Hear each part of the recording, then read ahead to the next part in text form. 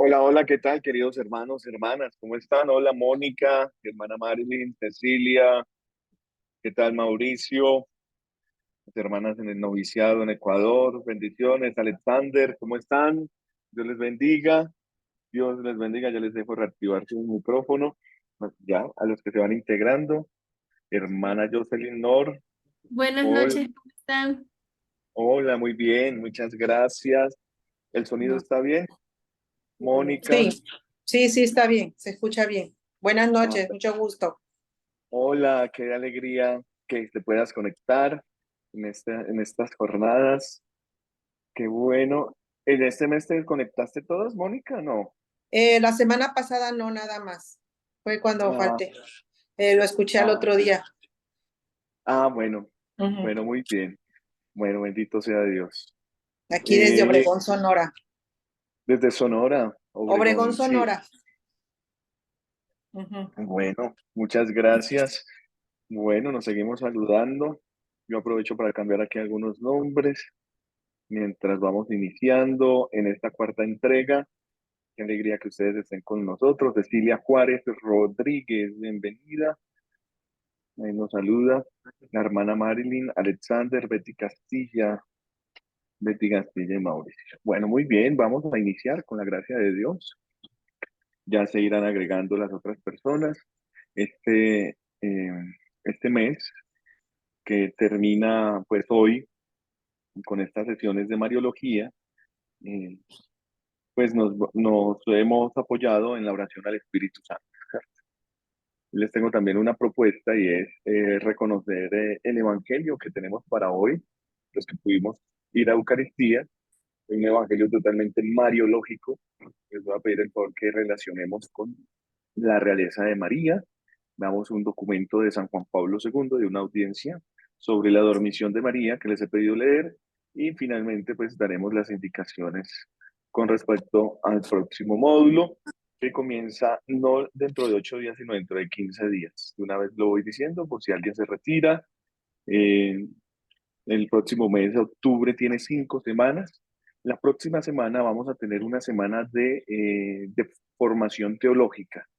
Entonces van a haber muchas charlas con los diferentes docentes de católicos a estas mismas horas en las cuales ustedes podrán participar. Ya les compartiremos el itinerario eh, para que ustedes se puedan conectar, pero y clases del diplomado como tal las iniciaríamos el, eh, el 10 de octubre. Sería el segundo martes de octubre de los 5 que hay. Esto nos permite, al igual que a mitad de año, tener una semana como de receso, pero no la vamos a hacer de receso, sino que vamos a ofrecer diferentes temas. Por ejemplo, el lunes, próximo lunes, el primer lunes de octubre, yo voy a tener la oportunidad de dar una charla a todos los que quieran ingresar sobre la importancia del rosario para la vida creyente, la importancia de rezar el Santo Rosario para la vida creyente. Y el miércoles yo daré una charla sobre la muerte según la Iglesia Cristiana Católica. Muy bien. Y vendrán otros docentes con otras charlas muy interesantes en las cuales ustedes también podrán participar. Ya les daremos a conocer por medio del grupo el itinerario. Hoy vamos a rezar con esta oración al Espíritu Santo de Dios que nos ha acompañado. Ya la hermana Marilyn me dice que ya se la aprendió desde hace muchos años, antes de entrar a la comunidad. Entonces, ahí tenemos eso tan bonito. ¿Listo? Vamos a comenzar. eh, Pongámonos en actitud de oración, en una actitud que nos va a nosotros llevando siempre a pensar que el Espíritu Santo es el que nos une entre tanta diversidad. Espíritu Santo del Señor, Espíritu Santo de amor. Y vamos a decir, en el nombre del Padre y del Hijo y del Espíritu Santo. Amén. Amén. Ven, Espíritu Ven Santo, Espíritu el Santo, envía tu luz desde el cielo. Padre Padre amor, amoroso del pobre, pobre, done done tus tus dones dones espléndidos. espléndido, luz que Luz penetra que las penetra las almas, aguas, fuente fuente del mayor consuelo, ven dulce huésped del alma, descanso de nuestro esfuerzo, tregua en el duro trabajo, brisa en las horas de fuego, gozo que enjuga las lágrimas y reconforta en los duelos. Entra hasta el fondo del alma, divina luz y enriquecenos. Mira el vacío del hombre si tú le faltas por dentro. Mira el poder del pecado cuando no envías tu aliento. Riega la tierra en sequía, sana el corazón enfermo, lava las manchas, infunde calor de vida en el hielo. Doma al espíritu indómito, guía al que tuerce el sendero. Reparte tus 7 dones según la fe de tu siervo. Por tu bondad y tu gracia, dale al esfuerzo su mérito. Salva al que busca salvarse y danos tu gozo eterno. Amén. Gloria al Padre y al Hijo y al Espíritu Santo, como era en el principio, ahora y siempre, por los siglos de los siglos. Amén. María, llena de gracia, ruega por nosotros. María, trono de la sabiduría, ruega por nosotros. Que Dios nos bendiga en el nombre del Padre, del Hijo y del Espíritu Santo. Amén. Bueno, muy bien, muchísimas gracias por estar aquí. ¿Ustedes me escuchan bien? No, no están escuchando mi entorno, ¿cierto? Me escuchan solamente mi voz, ¿sí? Porque es que tengo aquí personas alrededor hablando y de pronto hay una interferencia, pero no pasa, ¿cierto? No, no están escuchando es a mí únicamente. Perfecto. Es los beneficios de tener los audífonos. Bueno, le damos gloria a Dios y les quiero entonces pedir el favor que entremos a, al Evangelio del día de hoy. Con este Evangelio me voy a dar a la tarea de abrir esta sesión de hoy, martes 26 de septiembre. Les invito para que leamos la palabra de Dios. ¿Alguno de ustedes quisiera narrarnos este evangelio según San Lucas? Les agradecería. ¿Quién dice yo?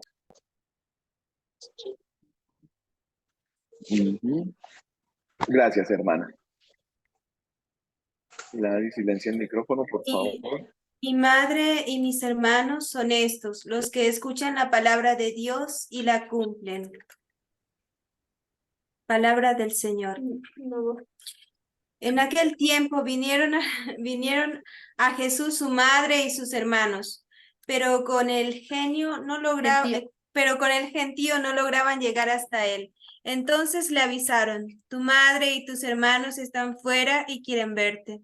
Él respondió diciéndoles: mi madre y mis hermanos son estos, los que escuchan la palabra de Dios y la cumplen. Palabra del Señor. Gloria a ti, Señor Jesús. Bueno, muchísimas gracias, hermana, por leernos esta perícopa, este trozo del Evangelio según San Lucas, en donde nos narra un evangelio pues, que se vuelve controversial para la mariología, ¿cierto? ¿Quiénes son la madre y cuáles son los hermanos de Jesús? Eso también nos va a ayudar para ir comprendiendo la glorificación de María. La glorificación es la asunción y la coronación de María Santísima. Recordemos eso y veamos cómo en este texto que nos apoyamos totalmente en la palabra, nos encontramos con este texto mariano de San Lucas, y lo primero que nota en las primeras páginas es el rol activo que juega María en la infancia de Jesús. Recordemos que se está organizando desde los evangelios dogma cristológico, siempre con relación a Jesús. Y ahí interviene María. Ahora, con el pasaje que leemos hoy en la liturgia de la iglesia, nos percatamos que María también está presente en medio de la misión de Jesús. María quiere ver a Jesús. Si bien ya no vive más a su lado, está preocupada por él. Entonces, encontramos una María que por la misión, obra del reino de Dios, que comienza a predicar por la misma vida pública de Jesús, Jesús se separa de su mamá, pero ella quiere verlo, y es allí donde podríamos hablar de un encuentro a distancia entre Jesús y María Santísima, un evento que le arranca una bonita lección para sus discípulos. Descubrámosla releyendo el texto en cinco partes. con respecto, tengamos siempre la glorificación de María, que nos va a servir este evangelio como síntesis para este módulo. Podríamos hablar de un encuentro a distancia. Entonces, veamos. Primero, el contexto, el lugar donde sucede. La venida de María y de los hermanos de Jesús, que se realiza inmediatamente después de la conclusión del discurso de Jesús sobre la escucha de la palabra, donde ha puntualizado el tema de la correcta escucha. Y ya desde la conclusión de la explicación de la parábola del sembrador, Jesús había dicho, la semilla que cayó en tierra buena son los que después de haber oído conservan la palabra con corazón bueno y recto y dan fruto con perseverancia. Muy bien, aquí nos recuerda eh, el Evangelio que la escucha es fundamental. De hecho, para Lucas, María, el primer acto que hace en el Evangelio, que lo tenemos muy presente porque es Lucas 1:18, es la encarnación, ¿cierto? Cuando se le presenta la anunciación y la encarnación del Hijo de Dios, la primera acción de María no es ponerse de rodillas frente al ángel.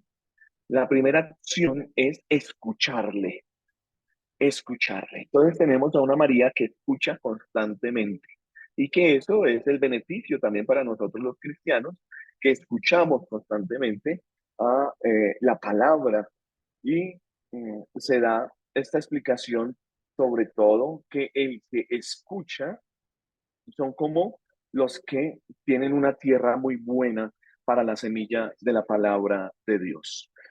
Un corazón bueno y recto, y que esa semilla seguramente con esa escucha que es como el abono y la tierra, dará fruto con perseverancia. Veamos ahora el texto con la llegada de María.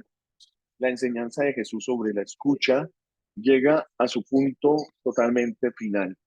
Un punto que nos confirma de todo lo que Jesús acaba de enseñar, que daría la impresión de que Jesús como quisiera distanciarse de su familia, pero en realidad los está poniendo de modelo en esa correcta escucha, la que le cambia a uno el comportamiento. Y ellos son los que oyen la palabra de Dios y la cumplen. Tenemos allí entonces ya comenzamos a ver en el texto una controversia, ¿cierto? Sin embargo, ya nos estamos enfocando con quiénes son aquellos que acompañan a María. ¿Quiénes son aquellos que son presentados como tu madre y tus hermanos? Ya lo podemos ver los que oyen la palabra de Dios y la cumplen.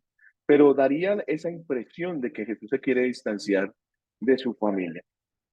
Por eso, en confirmación de lo anterior, es que el comportamiento de María con relación a la palabra de Dios ha recibido una calurosa felicitación por medio de los labios de Isabel, ¿cierto?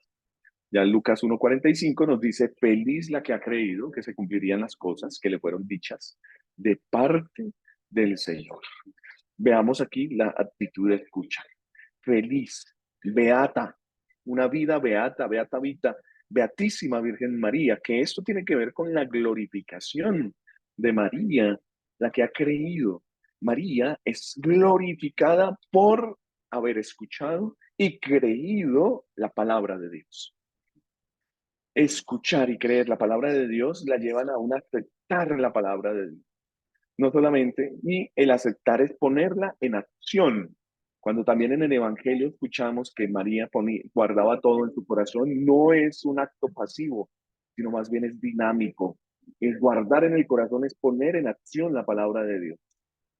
¿Sí? Las cosas que fueron dichas de parte del Señor las escucha María y en esa actitud fundamental de María es apoyarse en la palabra de Dios y seguirla. Seguidamente, María está unida, obviamente, por la maternidad divina a Jesús. María, Madre de Dios, Madre de Jesús. Pero su relación con él no depende solamente de la maternidad, sino también de la acogida. María acoge. La paternidad de María es grandísima, es grandísima. Pero aún más, como María nos muestra que acoge en su corazón la palabra llena de Dios, llena de fe y de obediencia, y precisamente porque creyó en la palabra de Dios fue que llegó a ser la madre del Hijo Santo de Dios, por esa confianza. Finalmente, María de Nazaret es modelo de todo discípulo porque ella sabe hacer ese itinerario espiritual que va del oír al hacer la palabra de Dios, que es una gran distancia, pero en un sí generoso, María la reduce, oye y hace la palabra de Dios, precisamente lo que Jesús le ha dicho a sus discípulos que deben hacer. Entonces, frente a esta palabra de tu madre y tus hermanos están afuera y quieren verte, pues podemos ir a los términos griegos.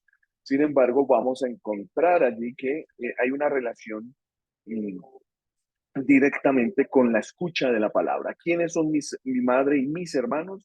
Finalmente los que escuchan la palabra de Dios y la cumplen. Ellos son los que voy a glorificar, los que yo voy a subir al cielo, podríamos verlo así. Yo le tengo dos preguntas frente a esto. ¿Mi escucha de la palabra es como la de María? Una palabra, una escucha que va del oír al hacer. ¿Qué aprendo que debo hacer? Inspirándome en ella como modelo de oyente, orante, practicante de la palabra. Frente a esto que he acabado de explicar y a quienes se van incorporando, pues les doy muchas gracias. Y les voy a dar dos minuticos para que escriban alguna respuesta a, a cualquiera de las dos preguntas que hacemos aquí, con el ánimo de también ir formando el corazón. Lo escribimos ahí en el chat. Es, es totalmente voluntario, no es obligatorio, no es evaluable, sino que aprendo entonces de la escucha de la palabra de Dios con respecto a la glorificación de María. ¿Qué aprendo que debo hacer inspirándome en ella como modelo de oyente, orante y practicante de la palabra? Entonces, por favor, escriba ahí en el chat. Yo voy a estar aquí pendiente para ir leyendo las intervenciones que ustedes hagan, porque eso es muy importante para nosotros. Una dinámica que he querido incorporar hoy precisamente con este evangelio que es totalmente mariológico. Así que mucho ánimo.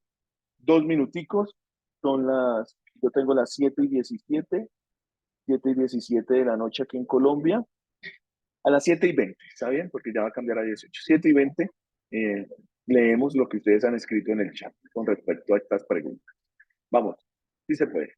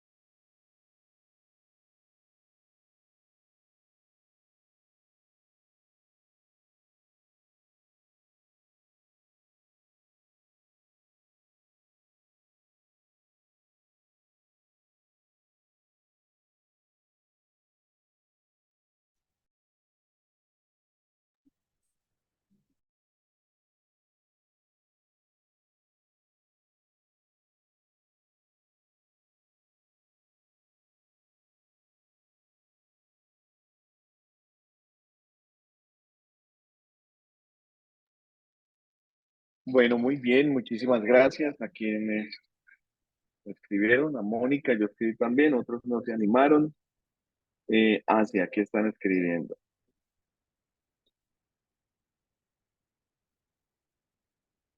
¿Me escuchan bien ahora, hermanas? ¿Me escuchan bien? Que las veo yo aquí.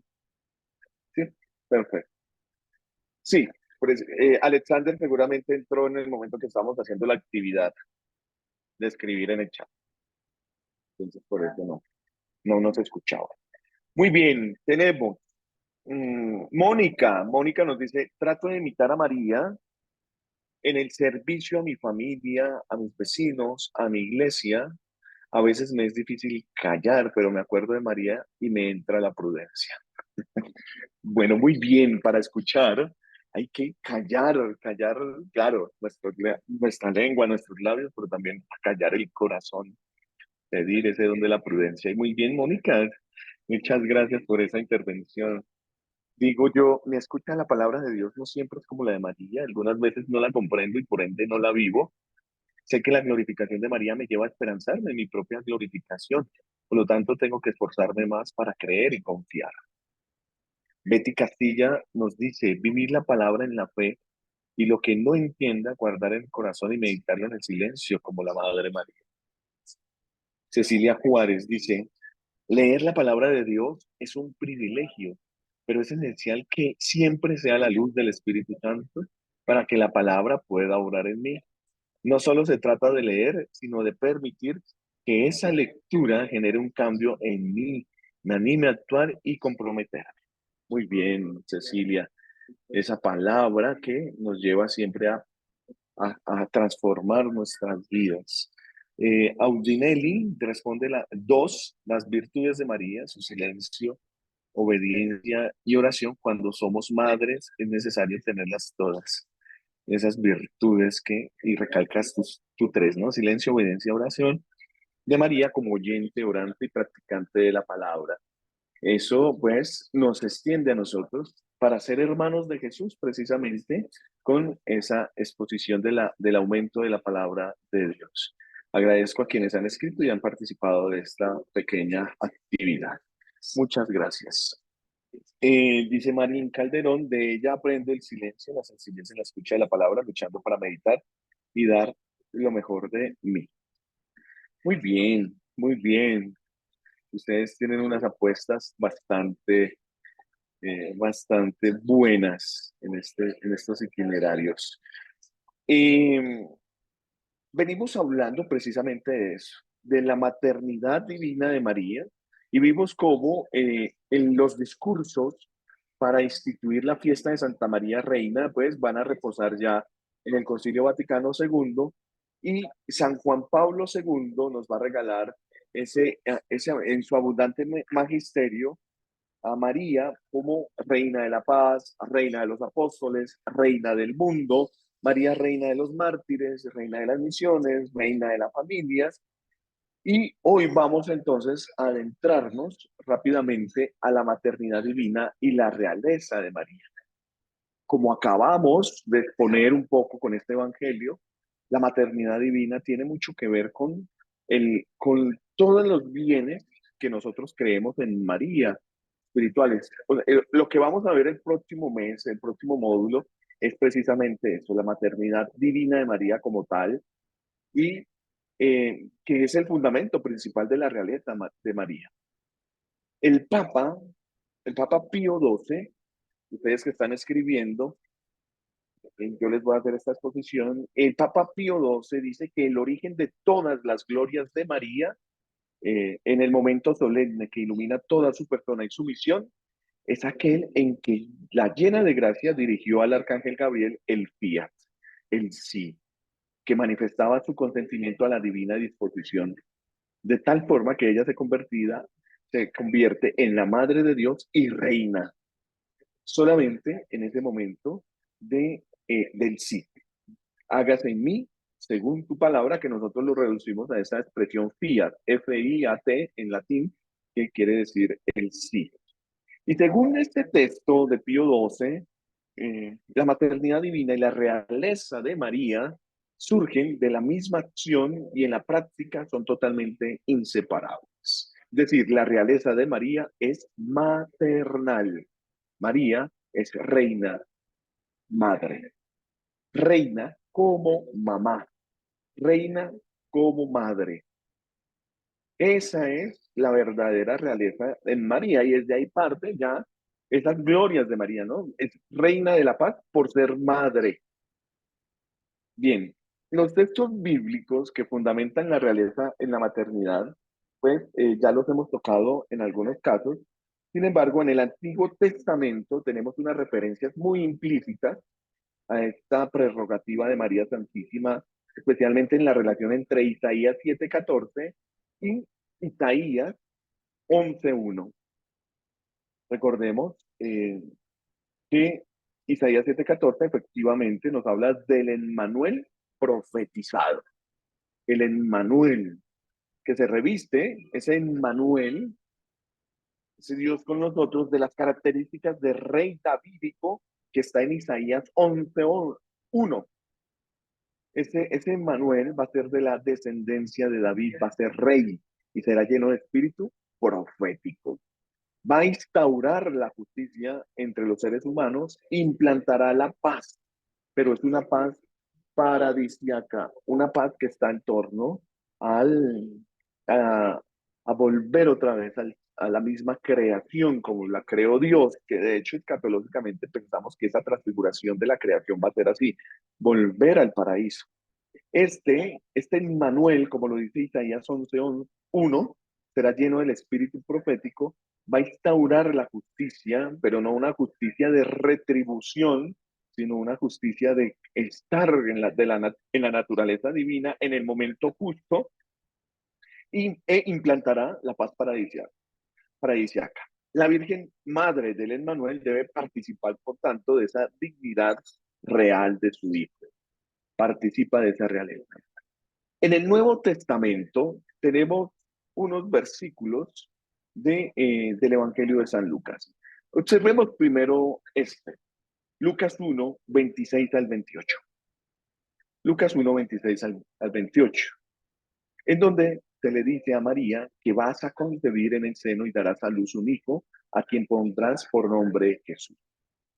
Él será grande y será llamado Hijo del Altísimo, y el Señor le dará el trono de David, su padre. Trono de David, su padre. Reinará sobre la casa de Jacob por los siglos y su reino no tendrá fin. Aquí, obviamente, Lucas se está basando en las profecías que podemos encontrar tanto en el profeta Natán, el profeta Isaías y el profeta Daniel como profeta también. En 2 Samuel 7:14 podemos encontrar esa profecía de Natán. Ya dijimos esa profecía de Isaías 7:14 del Emmanuel profetizado. Y en Daniel 7:14 también es patente y se muestra un evidente fundamento para afirmar la realeza davídica de Cristo, una realeza, una realeza que va a nacer de la dinastía de David precisamente y que nos permite observar el ya, el que van a hacer, nos va a dar un ya de reino, un reino como lo instauró David seguramente, pero con un carácter escatológico de final de los tiempos. El que van a hacer va a venir en el día de la plenitud de los tiempos. Ojo, una cosa es la plenitud de los tiempos y otra cosa es el fin del mundo. Plenitud de los tiempos ya sucedió con la revelación de Dios. Gálatas 4:4. Al llegar la plenitud de los tiempos, envió Dios a su Hijo por medio de una mujer. Primer texto mariológico. Pero el fin del mundo es totalmente diferente. El fin del mundo, que va a ser ese momento que llamamos el juicio final, pues es totalmente diferente a este momento de plenitud que ya tenemos. Por eso el mensaje tiene como figura principal siempre al Mesías. Y el Mesías que efectivamente es rey. Y es rey porque es hijo de David, asciende de David. Implícitamente también se refiere a la madre del Mesías, que asume el título de reina madre, cuyo tipo en el Antiguo Testamento es la señora, ¿cierto? Ya le decíamos a María Santísima, si el título cristológico del Señor a Jesús le da su carácter mesiánico, pues a María le dirán la señora, por la misma realeza en la que participa su hijo. Nos vamos unos versículos más adelante a la visitación de María a su prima Santa Isabel. Eso está en Lucas 1, 42, 43. En esa escena, Lucas dice que así que oyó, otra vez el verbo oír, oyó Isabel el saludo de María, se llenó del Espíritu Santo y clamó con fuerte voz: ¿de dónde a mí? Que la madre de mi Señor venga a mí. Y en estos versículos de Lucas 1, 42 al 43, se aprecia con total claridad cómo Isabel reconoce la dignidad de María y la sitúa en el plano que le corresponde.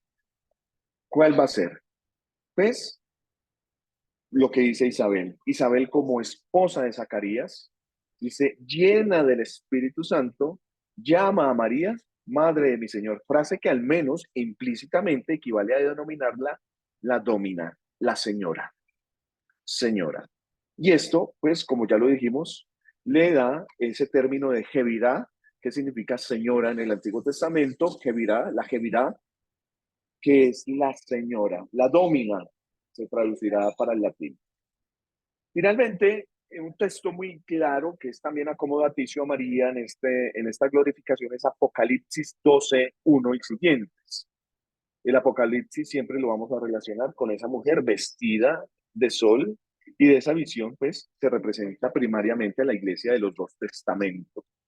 Pero en un sentido más profundo, en Apocalipsis ejerce esa figura de María como ataviada de las prerrogativas de la realeza celeste.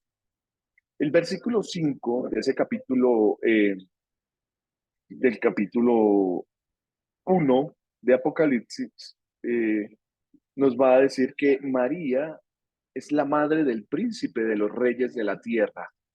Por eso ya en el capítulo 12 de Apocalipsis vamos a ver a esa mujer vestida de sol con una luna bajo sus pies y una corona de 2 estrellas sobre su cabeza. Corona que le representa su propia realeza. Así San Juan, como vidente allí en la isla de Patmos, María es la madre del príncipe de los reyes de la tierra. Es la madre del rey de reyes y señor de señores. Apocalipsis 19, 16. Rey de reyes y señor de señores. Ella es la madre. Y con esta prerrogativa vemos la forma vitalicia en que María sigue ejerciendo su reinado, porque aún asunta en el cielo, sigue viviendo junto a su Hijo Jesús. María no es una reina co-reinante, ¿cierto? Porque ella no es Dios, no es Dios, pero si vive con su Hijo Jesús en el cielo, esto le da su papel de intercesora. María es intercesora por ser asunta y reina. María, tú, intercesora, María, tú, Nuestra Señora. Eres la gracia viva, Dios contigo, la alegría, ejemplo vivo, perseverancia en Jesús. Nos dice el canto. Así lo ve Pío XII al decir que intercede a la derecha del Hijo por todos los hombres. Estar a la derecha del Hijo. Pío XII también hace una asociación de la redención de Jesucristo con la realeza de María. Hemos venido hablando de la maternidad de María junto con la realeza, que fue lo que expusimos. Ahora, la redención y la realeza de María, que nos dice en la encíclica Acheli Reginam, la reina del cielo. Pío XII nos habla de esa realeza diciendo que si María fue asociada por voluntad de Cristo, de Dios a Cristo Jesús, principio de la salud, en la obra de la salvación espiritual, y lo fue en modo semejante a aquel con que Eva fue asociada a Adán, principio de muerte.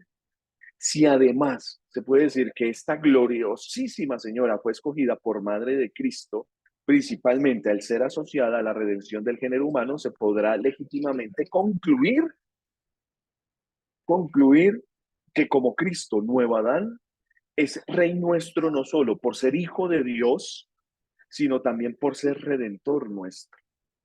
Así, con una cierta analogía, se puede afirmar que la bienaventurada Virgen es reina, no solo por ser madre de Dios, sino también porque como nueva Eva fue asociada al nuevo Adán.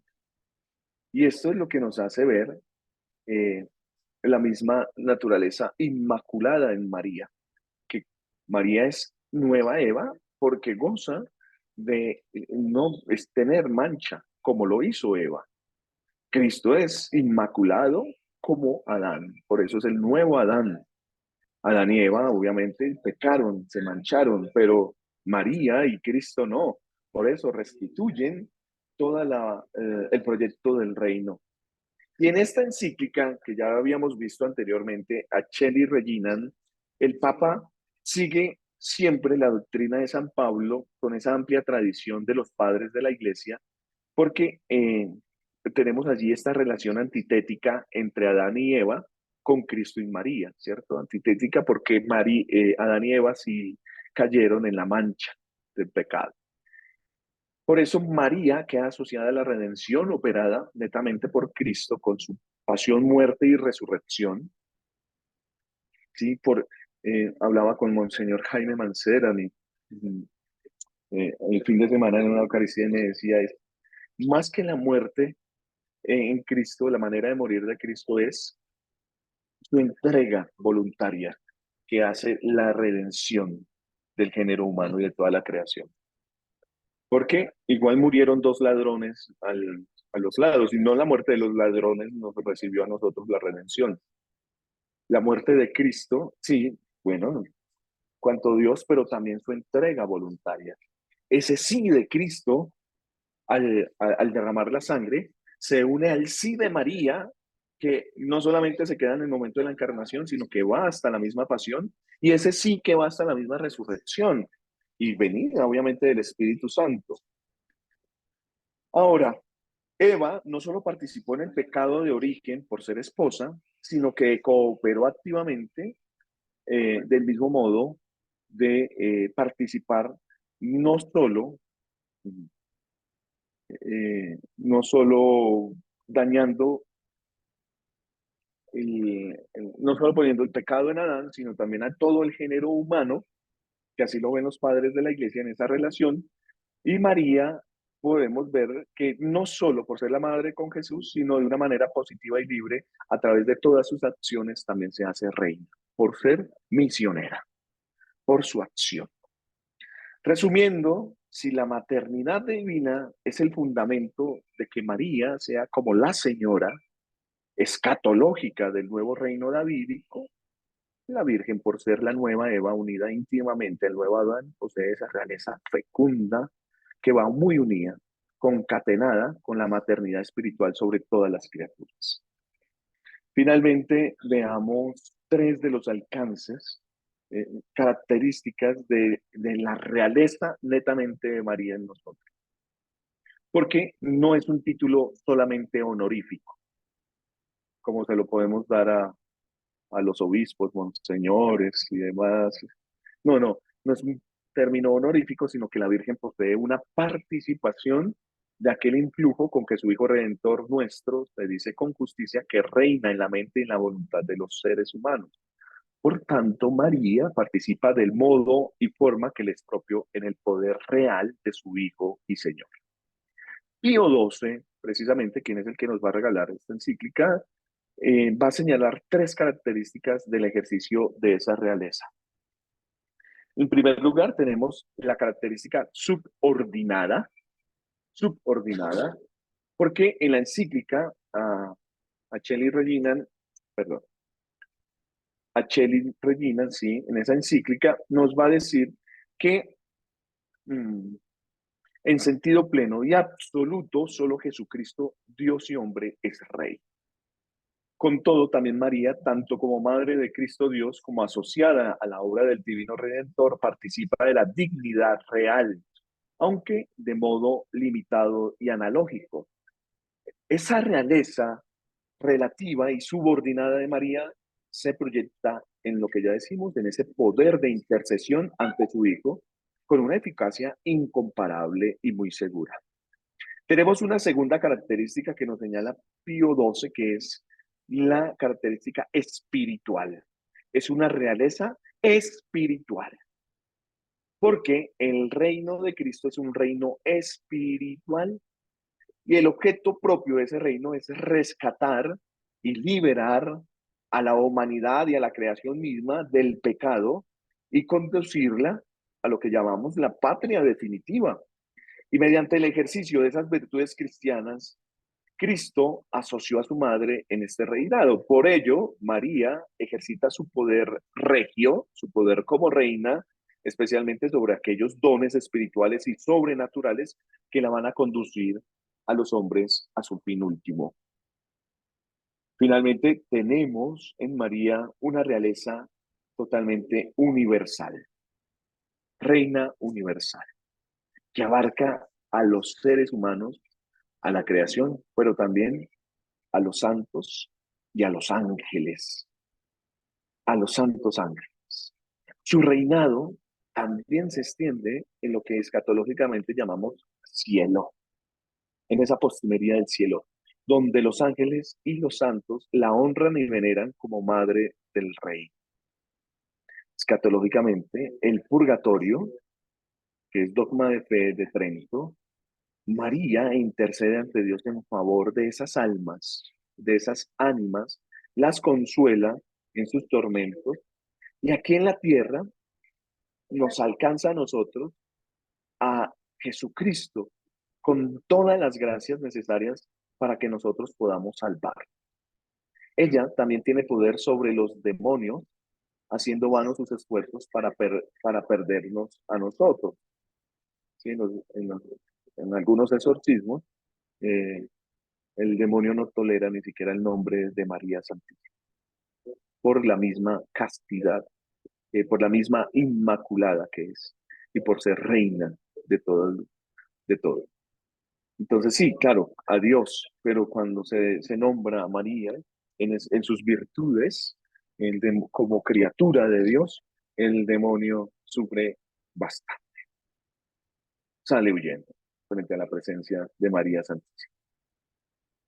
Bien, pues así hemos llegado a hablar durante todas estas jornadas de este mes sobre la Asunción de María, sobre lo que llamamos esas letanías a María, letanías lauretanas que nacen allí en Roma y que se van ampliando.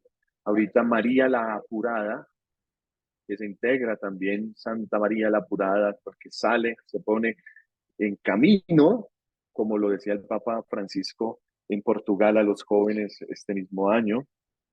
Hemos hablado de la Asunción de María y cómo en la octava misma de esa fiesta se celebra a María Reina, cómo hemos hecho un recorrido por los padres de la iglesia, sobre todo los apologistas que defienden, comienzan a ver a María como reina, asunta al cielo, algunos apócrifos, y cómo se va integrando esta fiesta en el oficio divino de llamarla pues señora, y ella no sufre la corrupción corporal que tiene toda una relación antitética con Eva, porque ella sí queda sin mancha y que nos pone a nosotros en esa visión escatológica de nuestra propia resurrección, que así va a ser, como lo exponíamos la clase pasada.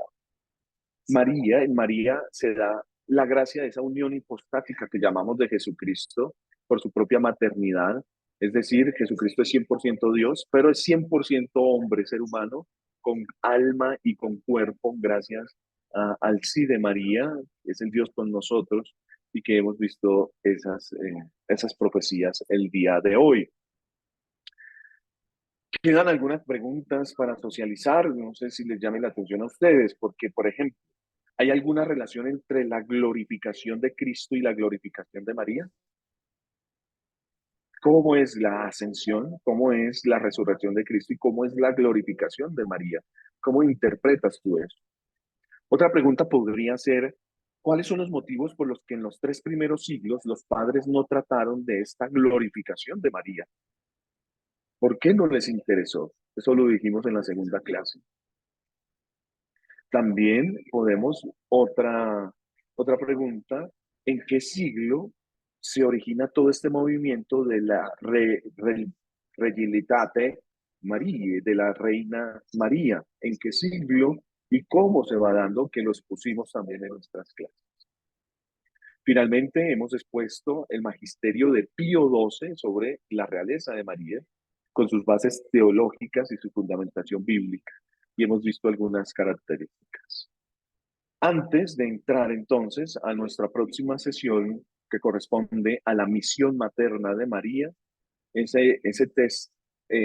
forma de estudiar la cooperación de Santa María en la salvación de los hombres, como lo describe el Concilio Vaticano II, como María, la hija de Adán, que, que aceptó la palabra divina, que fue hecha madre de Jesús, y abrazando toda esa voluntad salvífica de Dios con su corazón generoso y sin impedimento de pecado alguno, se consagró totalmente a sí misma como esclava del Señor, a la persona y a la obra de su Hijo, sirviendo a ese misterio de la redención con Él y bajo Él, por la gracia de Dios omnipotente. Por eso los padres de la iglesia la estiman a María no como un mero instrumento pasivo, sino como una cooperadora a la salvación humana por la libre fe y por la obediencia. Esto está en el numeral 56 de la Lumen Gentium, que es el texto sobre la iglesia. Recordemos que el concilio va a resumir allí en el capítulo 8 del Lumen Gentium toda la mariología que tenemos. La Madre de Dios tiene un lugar preciso y singular entonces en el plan de la salvación. Y la misión de María en la liberación de los seres humanos es consecuencia de esa maternidad divina, porque la misión revestirá también en sí misma esos caracteres maternos. Entonces, los temas que vamos a tratar en el próximo módulo van a ser la maternidad espiritual, qué bases bíblicas tenemos ya en la obra de San Juan, la maternidad espiritual en ese recorrido a lo largo de la historia, el fundamento teológico de la maternidad espiritual, su propia naturaleza, su propia extensión, el ejercicio, la cooperación, la redención, fundamentos bíblicos, magisterio de San Juan Pablo II, que nos ayuda mucho en esa cooperación de María, en esa evolución histórica y el fundamento teológico de la dispensadora de las gracias. Pero antes de eso, entonces, quisiera que ustedes leyeran junto conmigo este pedazo, este trozo de texto que nos da San Juan Pablo II en una de las catequesis con referencia a la Madre de Dios. Entonces, es muy corto y no quería dejar pasar sin leerlo. Les he pedido a ustedes que lo leyeran, también lo he compartido. Sin embargo, algunos no manifestaron nada, por eso lo vamos a hacer aquí rápidamente, entendiendo ya esa glorificación de María. Es una audiencia general del miércoles 25 de junio de 1997 y nos dice lo siguiente. Sobre la conclusión de la vida terrena de María, el concilio cita las palabras de la bula de la definición del dogma de la Asunción y afirma: la Virgen Inmaculada, preservada, inmune de toda mancha de pecado original, terminando el curso de su vida en la tierra, fue llevada en cuerpo y alma a la gloria del cielo. Con esta fórmula, la Constitución dogmática Lumen Gentium, siguiendo a mi venerado predecesor Pío XII, no se pronuncia sobre la cuestión de la muerte de María. Sin embargo, Pío XII no pretendió negar el hecho de la muerte, solamente no juzgó oportuno afirmar solemnemente como verdad que todos los creyentes debían admitir la muerte de la Madre de Dios. En realidad, algunos teólogos han sostenido que la Virgen fue liberada de la muerte y pasó directamente de la vida terrena a la gloria celeste. Sin embargo, esta opinión era desconocida hasta el siglo XVII, mientras que en realidad existe una tradición común que ve en la muerte de María su introducción en la gloria celeste. ¿Es posible que María de Nazaret haya experimentado en su carne el drama de la muerte? Reflexionando en el destino de María y su relación con su Hijo Divino, parece legítimo responder afirmativamente, dado que Cristo murió, sería difícil sostener lo contrario por lo que se refiere a su madre. En este sentido, razonaron los padres de la Iglesia que no tuvieron dudas al respecto. Basta citar a Santiago de Saruj, según el cual el coro de los 12 apóstoles, cuando a María le llegó el tiempo de caminar por la senda de todas las generaciones, es decir, la senda de la muerte, se reunió para enterrar el cuerpo virginal de la bienaventurada. Discurso sobre el entierro de la Santa Madre de Dios. San Modesto de Jerusalén, después de hablar largamente de la santísima dormición de la gloriosísima Madre de Dios, concluye su encomio exaltando la intervención prodigiosa de Cristo, que la resucitó de la tumba para tomarla consigo en la gloria. San Juan Damasceno, por su parte, se pregunta, ¿cómo es posible que aquella que en el parto superó todos los límites de la naturaleza se pliegue ahora a sus leyes y su cuerpo inmaculado se someta a la muerte? Y responde, ciertamente era necesario que se despojara de la parte mortal para revestirse de inmortalidad, puesto que el Señor de la naturaleza tampoco evitó la experiencia de la muerte. En efecto, Él muere según la carne y con su muerte destruye la muerte. Transforma la corrupción en incorruptibilidad y la muerte en fuente de resurrección. 3.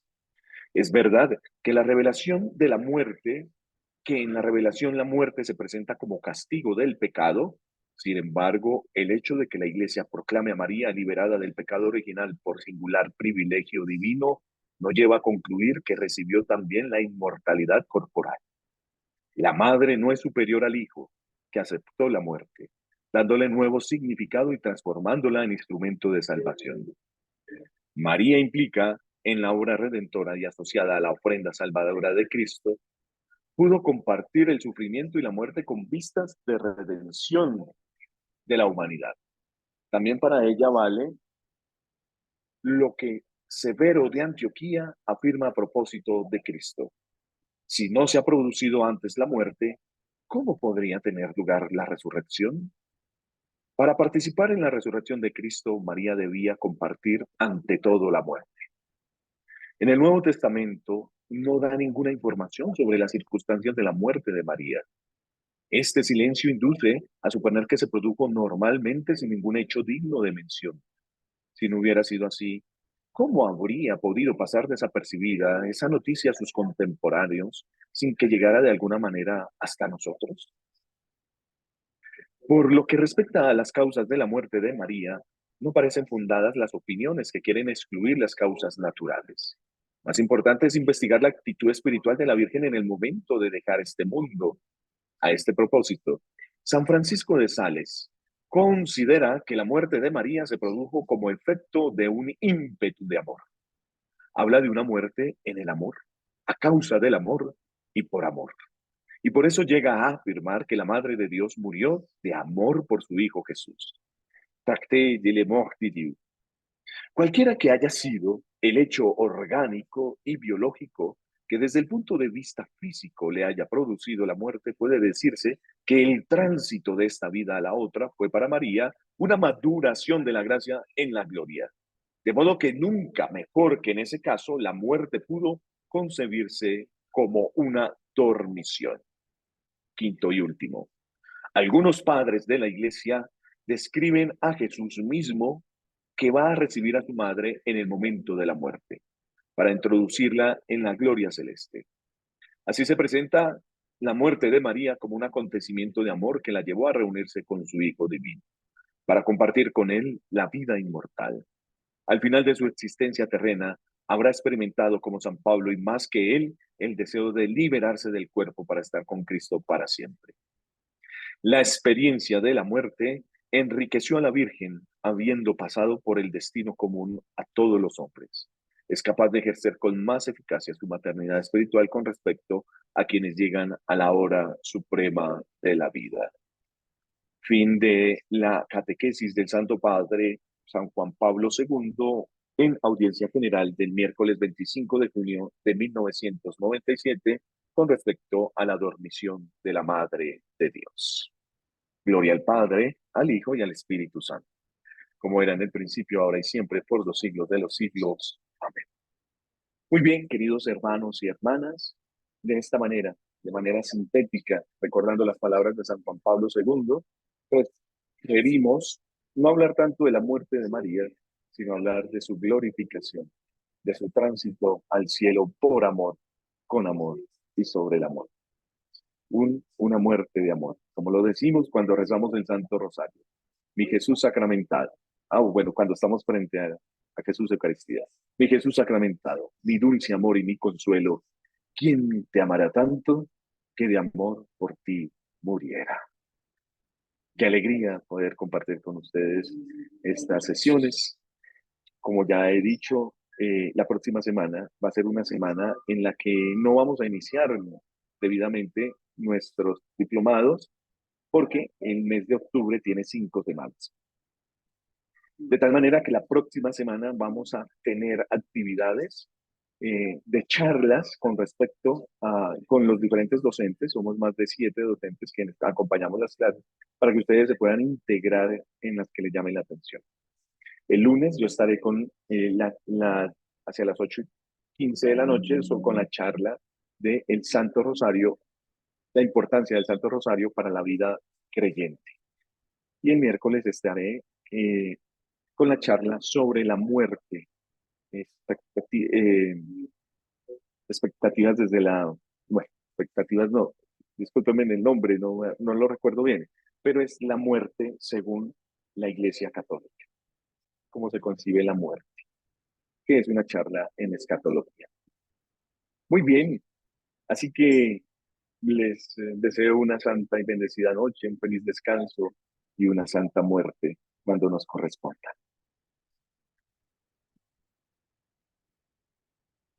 ¿Algo que decir? ¿Algo que aportar antes de cerrar?